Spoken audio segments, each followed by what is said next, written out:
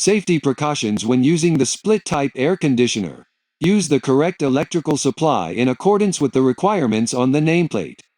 Otherwise, malfunctions or serious injuries, as well as fires, may occur. Keep the circuit breaker or power outlet away from dirt. Connect the power supply cable firmly and correctly, otherwise shock may result. Do not use the electrical circuit breaker to turn off the appliance during operation. Do not cut, pull or press the power supply cable, as it may break.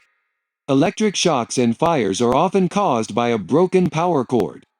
Never insert a dipstick or other object into the unit. As the fan rotates at high speed, this may cause injury. Direct cold air over a long period of time can be harmful to health. It is advisable to let the airflow spread throughout the room. In the event of a malfunction, turn off the device with the remote control before turning off the power supply. Do not attempt to repair the unit yourself. If this is done incorrectly, it can cause electric shocks and other problems. Prevent air flow from reaching gas burners and the oven.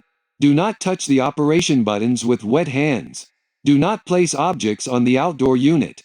It is the user's responsibility to ensure that the unit is properly grounded in accordance with local codes and laws. This grounding must be performed by a licensed technician.